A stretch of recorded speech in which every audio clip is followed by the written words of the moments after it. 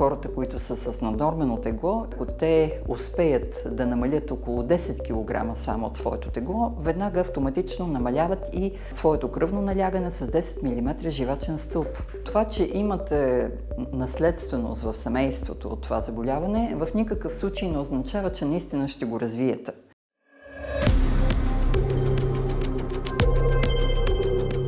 Достатъчно е да направите някои профилактични мерки, да промените малко начина си на живот и по този начин да намалите риска. По принцип, когато има новооткрито високо кръвно налягане, това е момента, в който и общо практикуващия ви лекар и кардиолога ще предпочете в първите 3 до 6 месеца да се пробват природни средства. Именно това е момента, в който да започнете, ако не сте започнали до тогава, с шуслерови соли, с хомеопатия и разбира се с други методи, по които можете да намалите стрес.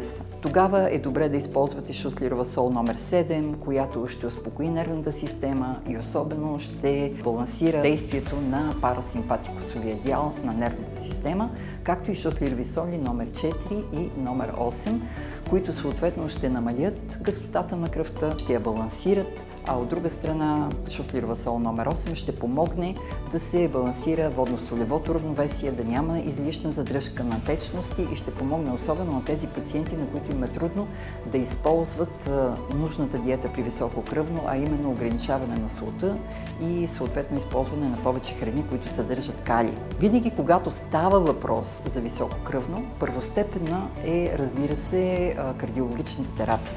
Но шуслеровите соли имат едно хубаво действие, тъй като те са естествените минерални съставки в клетките и по тая причина те са напълно съвместими с кардиологичната терапия, допълват я и дори бих казала могат да подпомогнат пациента, особено в началните стадии на високо кръвно налягане.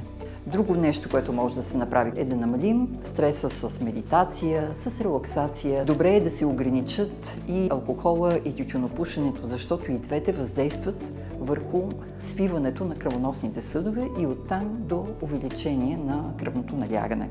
От значение е начина на хранене, повече физически упражнения, защото заседналия начин на живот и преяждането са също рисков фактор.